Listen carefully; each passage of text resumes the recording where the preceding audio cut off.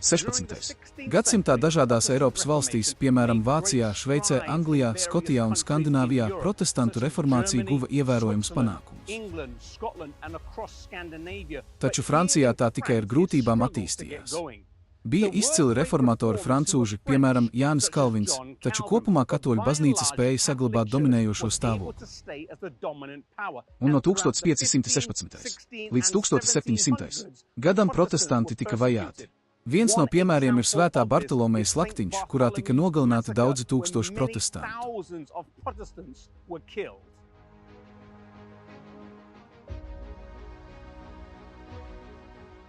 Visu 1700. gadu sākumā Eiropas ekonomika attīstījās, kas izraisīja arī iedzīvotāju skaita pieaugumu, proti iedzīvotāju skaits gandrīz divkāršojās. Šajā laikā visvairāk pieauga Francijas iedzīvotāju skaits no 16 līdz 28 miljoniem, kas nozīmēja, ka tā bija lielākā un apdzīvotākā valsts Eiropā tajā laikā. Tomēr 1700. gadu beigās Francijas ekonomika piedzīvoja kritumu. To noteica vairāki faktori. Viens no tiem bija ražas trūkums, kā arī finansiālais izsīkums, ko radīja Francijas lielā un ilgstošā iesaistīšanās Amerikas revolūcijā.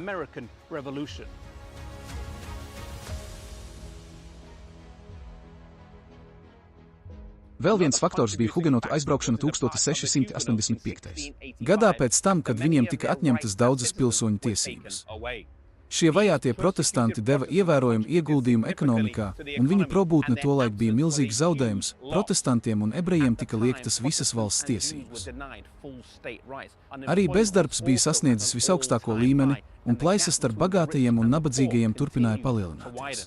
Ļoti liela bija arī neusticība baznīcai, un, ņemot vērā milzīgo atšķirību starp šķirām, tā galu galā izvērsās pilnīgā sacelšanās pret visiem varas pārstāvjiem, gan valdošajām šķirām, gan arī reliģisko autoritāti.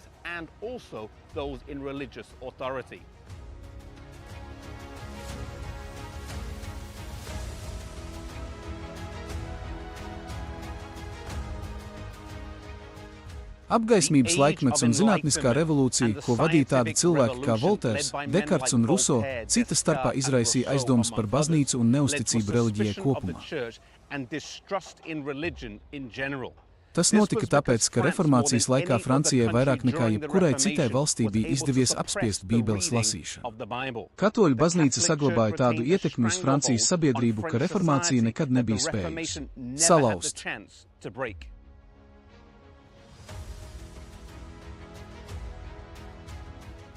Bībeles apspiešana Francijā Franču revolūcijas laikā tika pravietota Atklāsmes grāmatas 11. nodaļā, kurā teikts, ka divi liecinieki, kas kontekstuāli ir vecā un jaunā derība, tiks ietērpti maisos. Tā ir atsauce uz Bībeles atstumšanu malā un ignorēšanu. Tālāk Atklāsmes grāmatas 11. nodaļā ir teikts, ka no bezdibeņa bedres Bībeles pravietojumā pacelsies zvērs.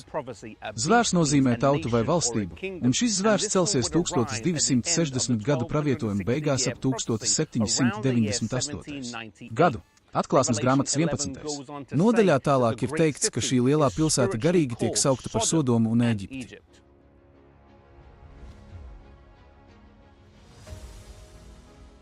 Ēģipte Bībelē bieži ir atsauce uz ateismu, jo neviena cita tauta tik klāji nepakļāvās Dievam. 2. Mūzes 5. Mūzes grāmatas 2. pantā ir teikts, kas ir Jehova, lai es viņam paklausītu. Sodoma ir parasta atsauce uz netiklību. Mēs redzam, ka abas šīs iezīmes piepildās šeit Francijā, kad, sākot ar 1793.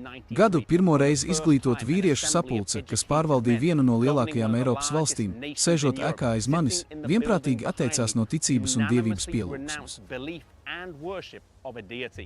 Katrā tautā ir bijis pietiekami daudz ateistu. Taču Francija ir vienīgā valsts, kas paziņoja, ka Dieva nav.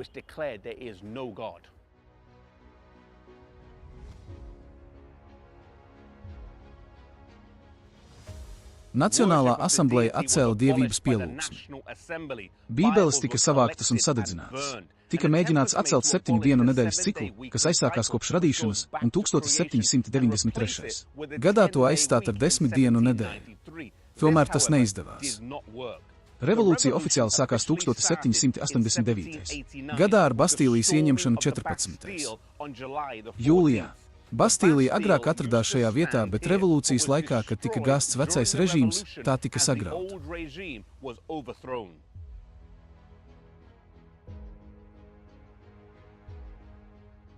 Revolūcijas laikā monarhijas vietā izveidojās Nacionālā konventa valdība, kas bija pirmā Francijas valdība, kas tika organizēta kā republika un pilnībā aizstāja monarhiju. Toreizējie Francijas karalis un karaliene, karalis Luis XVI un Marija Antoanete, tika nogalināti kopā ar tūkstošiem citu cilvēku. Šeit, šajā laukumā, Place de la Concorde. Viņus nogalināja giljotīnā. Baznīca un monarhija tika noraidīta, un reliģiskos uzskatus aizstāja saprāts un zinātniskā doma. Baznīcas zemes tika atsavinātas un nodotas baznīcai. Priesteri tika nogalināti vai piespiesti pamest valsti. Notre Dame notika saprāta svētki, ko pārdēvēja par saprāta templi.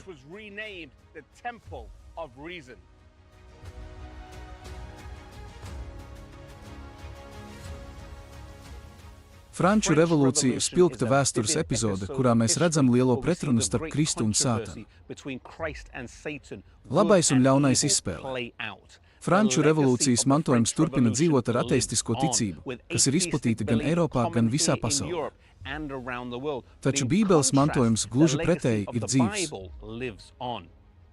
Kad Francijā Bībele tika aizliegta un nostumta malā, franču filozofs Voltērs pasludināja: "Man apnicis klausīties, kā cilvēki atkārto, ka 12 vīri iedibināja kristīgo reliģiju. Es pierādīšu, ka var pietikt ar vienu cilvēku, lai to gāstu."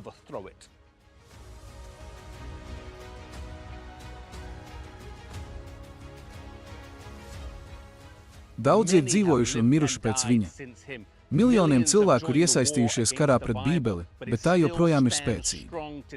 Un evaņģēlijs turpina dzīvot.